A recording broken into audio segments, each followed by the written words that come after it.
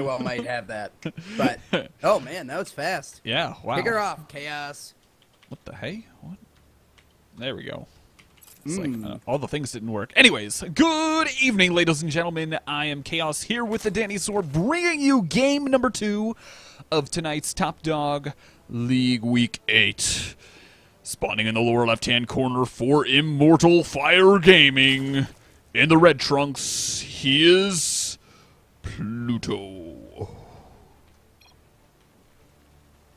And opposite him, spawning in the upper right-hand corner, sporting the blue trunks tonight, we have JGL Microgamers, Nero. Oh, yeah. I really like that I can see your camera. I sync up. I try to, like, make it gel with your camera movements.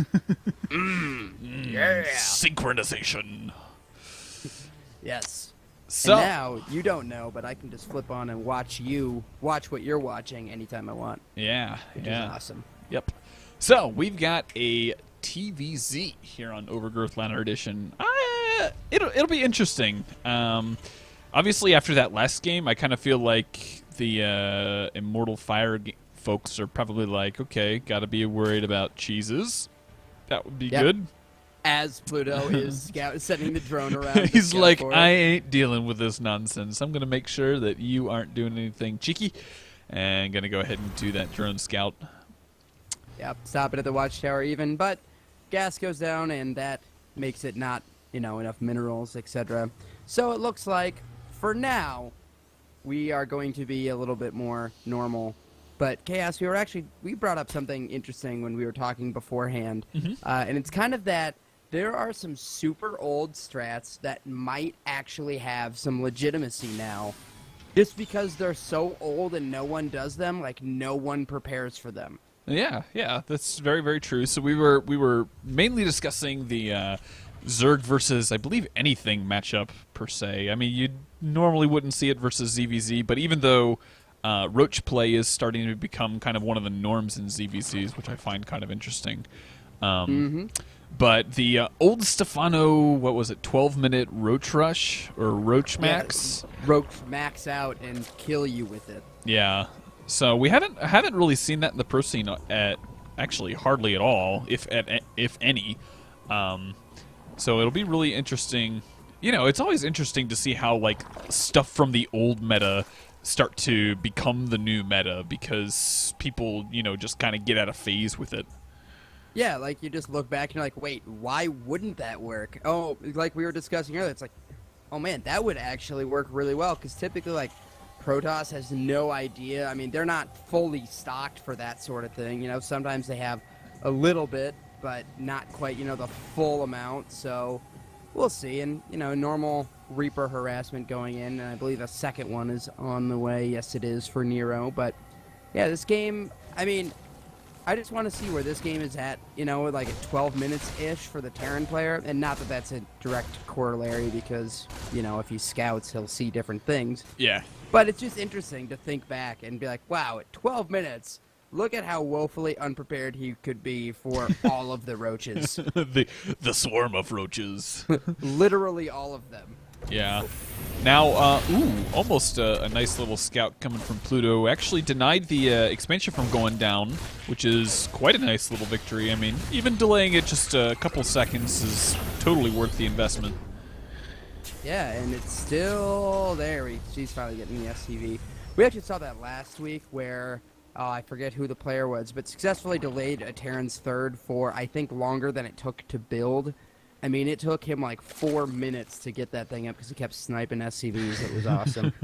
Yeah, so it does look like Pluto's going to go ahead and take that relatively quick third base as well. 6 minutes is pretty normal. Well, 6 to 6:30 is usually the norm, I would say. In this matchup, at least. But, yeah. Everything's looking good, and as you would expect. So after a little bit of cheese, we're just going to see the most normal of all normal. And I didn't realize, if you look at the Terran's starport, that star is so beautifully placed on top. I hadn't noticed it before. It's just that one big star on top. It makes the whole starport look so happy. I had to bring it up. I'm having I don't know if I just can't see it or what. Oh, it's in the part that's kind of set in now. Yeah, it's top round it's thing? like not there for me. Oh, you must have I guess my graphics setting. Oh, Random graphics glitch. Anyways, yeah. So so my whole story is useless. So pretty much, yep. Anyways, so Nero's going to go ahead and push out here with his Hellion Reaper combo, which is kind of the typical combo that we see. But it looks like Pluto's going to be more than prepared with kind of a semi-wall with the evolution chambers. Usually you see the Roach Warren thrown in there. I've kind of find it a little interesting that he didn't put it at the front. Maybe just in fear of it getting sniped. Yeah, I mean, I've seen it with the 2 Evo chambers. It's a little bit bigger, but I mean, he had the roaches and everything to deal with it. So anytime you can have things not in the front, always good. And Cloak may not be done in time for this. No. Okay, wow. It wasn't. Just barely. I wanted to sound cool and be like, oh, it definitely won't. But wait a that's sec. one of those times like, ugh. I don't know. Cloak was done. I mean, it wasn't like research. He just barely had it. Yeah. Like, right at the moment. And I think he just kind of freaked out because he probably went to hit it and it didn't activate. And he's like, wait, what? And that like half-second freak out was all it took. Yeah, so another Banshee going to be coming across the field. Probably try to get a little bit more effective harassment done. Be focusing down some of those roaches, kind of minimize the overall army count. And he's actually going for melee attacks, so he's not looking major roach or anything. I mean, pretty typical. He's going into banelings, but you know, just in case you wanted to maybe mix some hydras and things in there. Yeah, so 1-1 coming up from Nero, so he's going to be definitely going for not a mech play, which I smile every time I see non-mech. Oh god, I smile every time I see mech. I hate playing mech. I want to say, I hate 100%. I hate playing against mech, just because a lot of times it just boils down to how well I can contain them, and it's usually not very easy. Well, for me, it usually ends when you walk into all of the tanks, and then your whole army's gone. You're like, wow, that was dumb. And then you GG and leave. Yeah. So Nero looking to take his 3rd expansion. That will get scouted by Pluto, so Pluto now has kind of an timing-ish to kind of give himself a gauge on whether or not he wants to push out and start to apply pressure.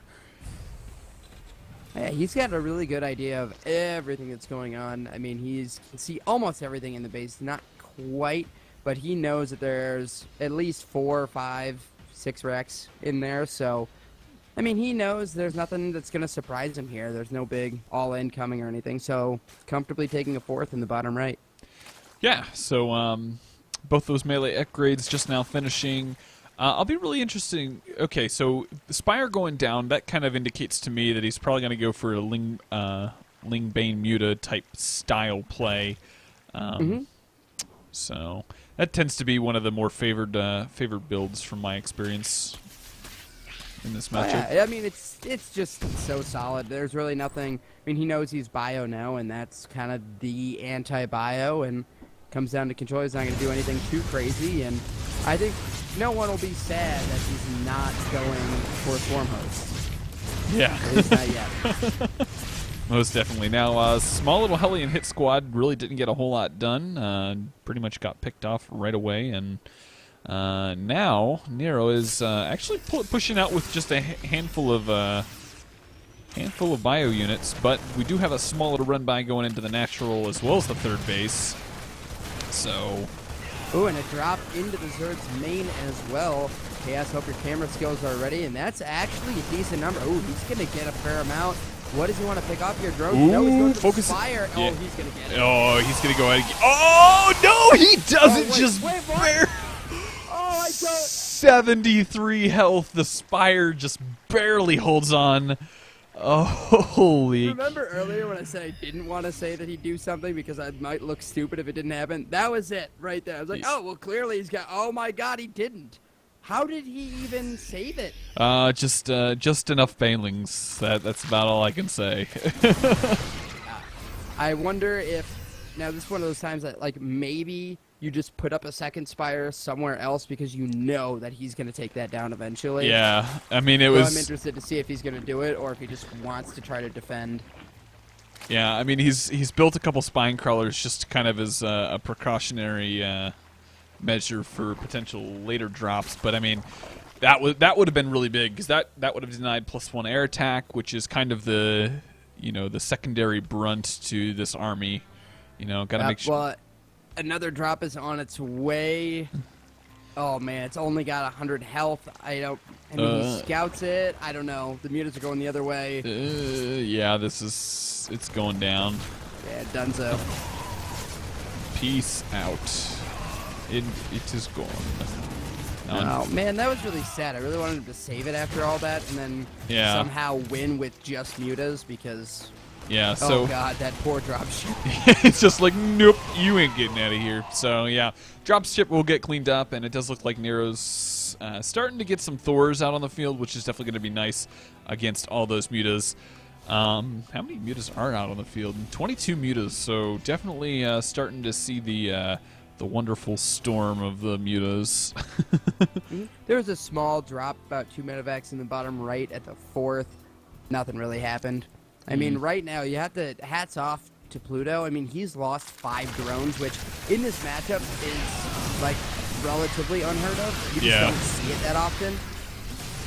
Yeah, so Muta's going in here trying to get some damage done here at the 3rd base. Meanwhile, we do have the main armies kind of starting to engage here in the center of the map.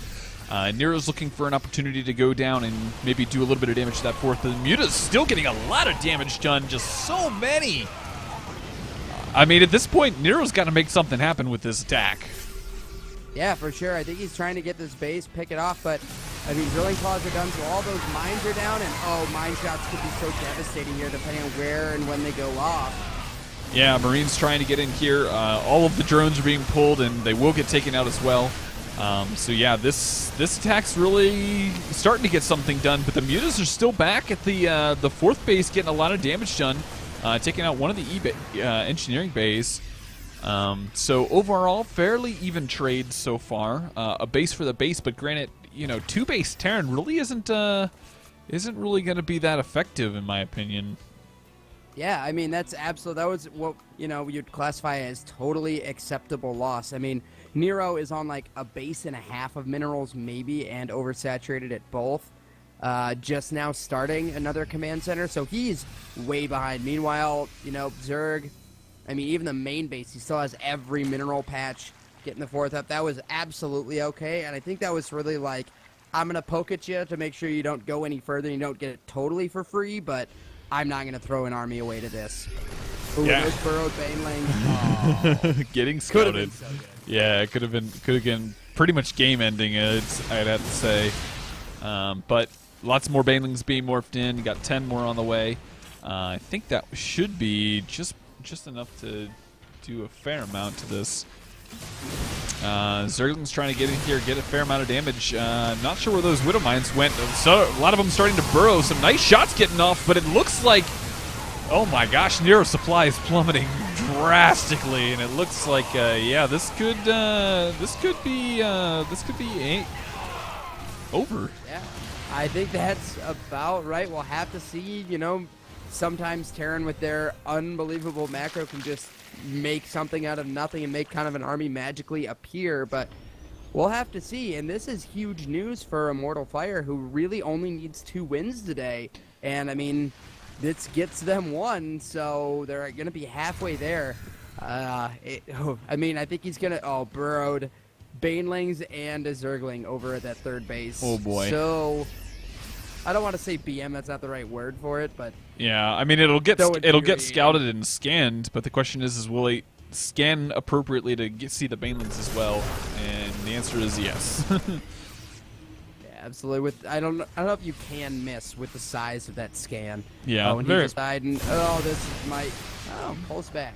I thought he'd have it. Yeah, I mean mutas are going into the main, starting to take out some of the add-ons to minimize production, and things are just starting to look pretty darn.